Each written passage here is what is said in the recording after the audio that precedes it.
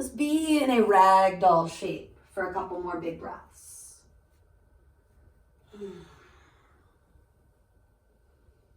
Keeping the knees soft, allow the belly, the front ribs to melt a little bit further on this exhale. And then rolling it up, finding your way toward mountain over the next inhale or two. Take another exhale or two, standing tall, spin the palms forward. Rocking right, left, forward and back. Letting go of some of that fidgety stuff. And we'll start to flow. Take your arms toward the sky. Swan diving, exhaling, hands toward the earth. Inhaling, lift about halfway. Exhaling to fold in all of the way. Come on up, lengthen and lift. Maybe add a little back bend quality. And then right away into the forward bend, continuing to flow. Inhale, half lift. Exhale, we release. Inhale, full lift. Exhale, find your way back to that fold. One more time like that. Deep breath in. Full breath out. Deep breath in.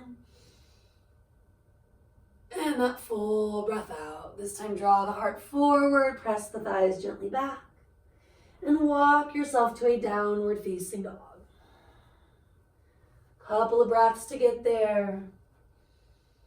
Hands are at least shoulder width. Subtle turn out if you're feeling stiff right now. Triceps rolling toward the floor. Biceps toward the ceiling. And if that made your thumb or first finger lift, do seal it back down. Rooting to rebound. Find that length for a last breath between the vertebrae. They may barely budge, but looking for that sense of space. Let's bring it forward, plank. Take a breath, two, just rocking, swaying, or of course circling if you want to add that challenge. And then do get still for another inhale. Push back to down dog as you exhale. Now feet a little bit narrower, maybe even a little closer to hands if you need that for stability. You're going to take your right leg to the sky. Let your left heel release down toward the floor. Both arms are straight and strong. One more big breath. Keeping that right leg active, shift it forward, single-legged plank with the foot elevated. If it's too much, tap it down. You could, of course, put your knees down to modify even more. If you're with me, great, no big deal. You could always put the left knee to the floor. Right leg's gonna reach up and back. This time, let it roll open, stretching into your hip, your knee, your ankle. A little figure eight kind of movement or circle to that leg. And then both feet come down to the ground. Take an inhale and exhale. And then gradually sweep your left leg up. First time here, let the right heel descend. Big stretch in the back of the leg, a little more strengthening in the upper arms, the core. Keeping the left leg strong, no dead weight as you come forward. Reach the heels back, crown forward. If you have to tap the foot down or the knees down to work in a way that is good for your wrists, your shoulders, etc., do. Eventually, we'll take the leg up. Right knee can be a little springy in that process. Left knee gets a lot springy. Little kicks, circles. I mentioned just a few of the various things you could do from here. And eventually coming down, both knees to the ground. Sit back on your heels. Give your arms a little shake. If that felt challenging, it is, right? And just circle the wrists a couple times each way, or maybe assisting one than the other if helpful. And then from there, circling your hands. You can keep going with that, or you can do the interesting kind of weird spaghetti making. Feel like a break dancer.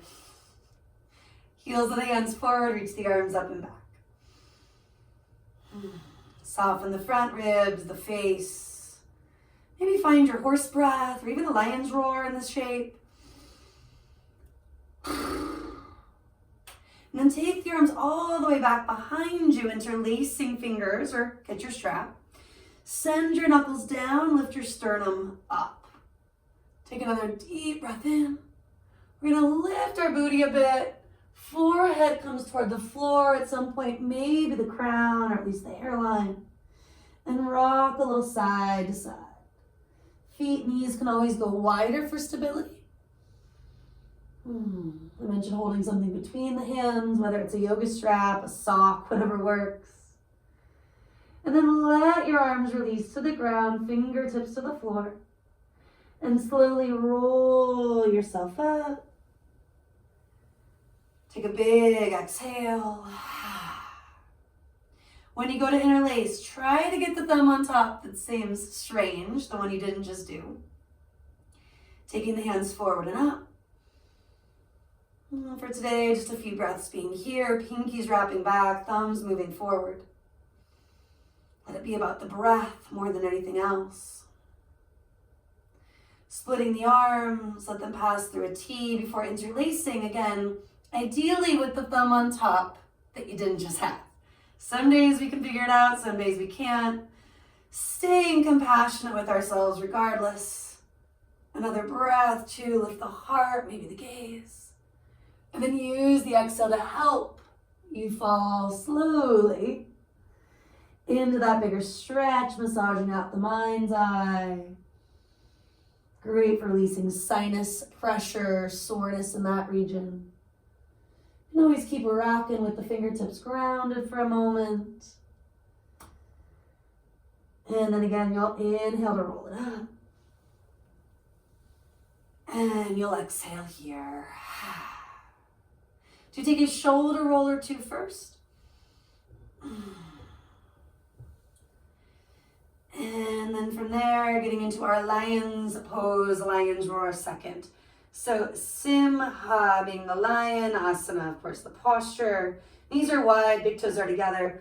Pull the heart forward and through. That shoulder roll action will help. Lick your lips and swallow. You can just take a deep breath, or if you want to give it a go, scrunch the face, stick out the tongue, and maybe look up.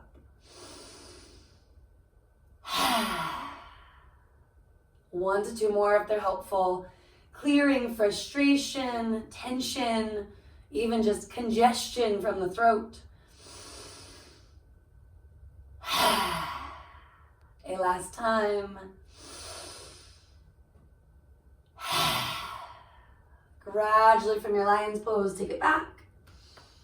And to return to downward facing dog.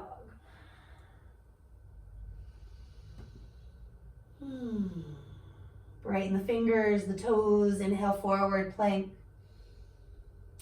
Knees up or down, lowering to the floor, exhaling.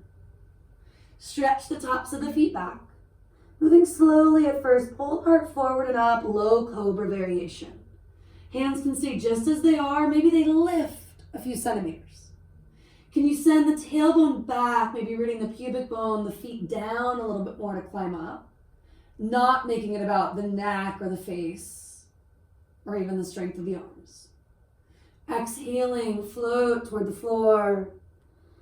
Maybe just to your forehead, let the mind's eye again widen.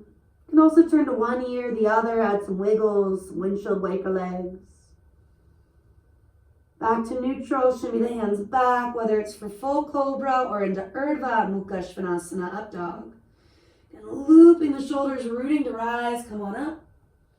Thighs do lift if you're going to upward dog. Arms maybe straighten out a little bit more. Not jamming elbows, but getting into the biceps, the triceps. And I'm going to gaze one way or the other. You might already be back in down dog. Taking good care of yourself. Moving with the exhale. Breathing here, of course, resting on the knees where needed, when needed. Putting it all together, inhale, plank. Exhale, take it halfway or all the way. Inhale, cobra or up dog. Exhale, push back, down dog. You can do that 1 to 2 more times if you want to make it fancy, harder. Right foot could hover for the next one. And then you probably guessed it, right? But left foot could hover for the following. I encourage rooting that foot for the back bend no matter what. Keeping the lumbar region extra safe. And then maybe choosing to back off to rest. Puppy dog, child's pose, or that yogi's choice for a moment.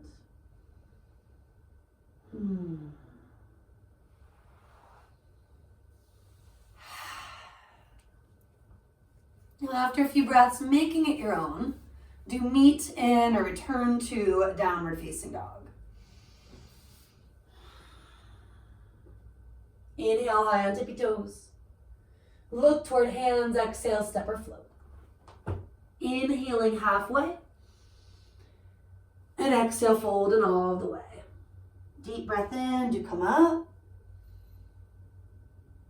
And a full breath out, hands come all the way down.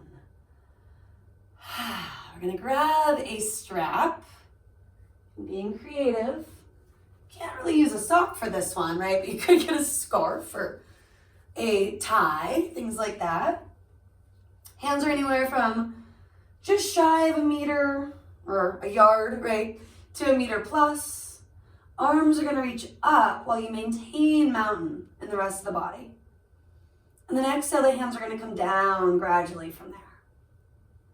Inhaling, reaching, elbows are straight but not jammed. Exhaling, releasing. Feeling into the toes, the knees as well. Can you unjam them if that's an issue? Brightening, all 10 fingers, all 10 toes.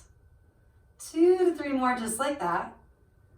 Or making it your own sooner than later if there's something intuitive, like a subtle twist, which I will be adding in a couple of breaths. Soft face, soft jaw, noticing even the mind's eye. Can you broaden it? Well, it's a bit obnoxious to be told to smile. It is more helpful than frowning or grimacing here, right? So somewhere in between. Hands reaching back, a little twist one way, then the other. And if you do smile, great. But again, it should never feel forced here. Just getting out of that tendency to create more strain, more work in our face than is needed. And linger where you need in this twist. Or really in either phase. Sometimes adding a little bit of a cat-cow feeling, for example. Arching and rounding before coming back toward that mountain. And when you do, you'll take your strap, and if it's one of these, traditional ones with the metal loop and all that, you can probably just fold it in half so it's not too much material. You do still want a good, meter or so of space, however. Strap over the right shoulder. I'm facing away from you so I don't have to turn on my mirroring mode as much, and so that you know what's going on. Reaching wide. Not necessarily a favorite pose, but so effective. Palms spin up, reach up. Bend your right elbow and wrap the tricep forward, lean your head back. Sometimes this really is enough. Sometimes this is all we do, but today taking it a little further. Holding onto that strap. Or reaching your hand toward the mid-upper back. Left arm reaches wide. At just below shoulder height, spin the palm down. Keep your left chest wide open and walk the hand up any amount. Making sure your left shoulder head isn't dipping forward excessively, right? Think of the shoulder blade looping back. Much easier said than done. I need to give myself more strap.